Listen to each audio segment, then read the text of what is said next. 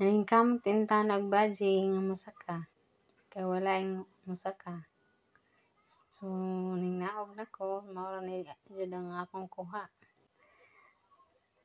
Lami naman ikaon, so magsugod na tag panit. So, lami kay ning sangkis, guys. So, tamis kay ni kung hinog na, pero kung hilaw pa, aslom dyan na, kay hilaw pa man.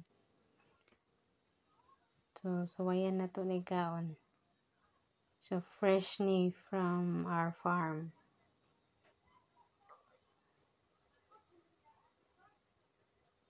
Tamis kayo, guys.